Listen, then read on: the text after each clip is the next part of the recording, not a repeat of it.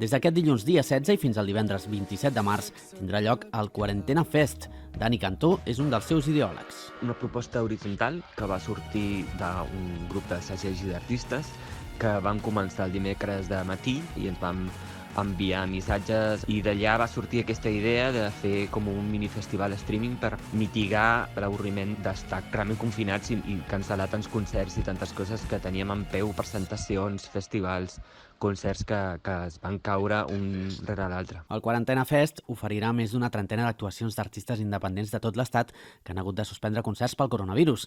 Seran concerts gratuïts però amb opció de fer donacions i hi haurà bandes estatals com Cariño, Confetti de Odio o Alien Tango i artistes catalans com la balaguerina Lenais, el duo de blanes Kids from Mars o la santcugatenca Paula Jornet. Paula. El meu concert el faré el dia 22 de març a les 9 del vespre i encara no tinc clar del tot des d'on el faré. Segurament el més probable és que el faci des del menjador de casa meva.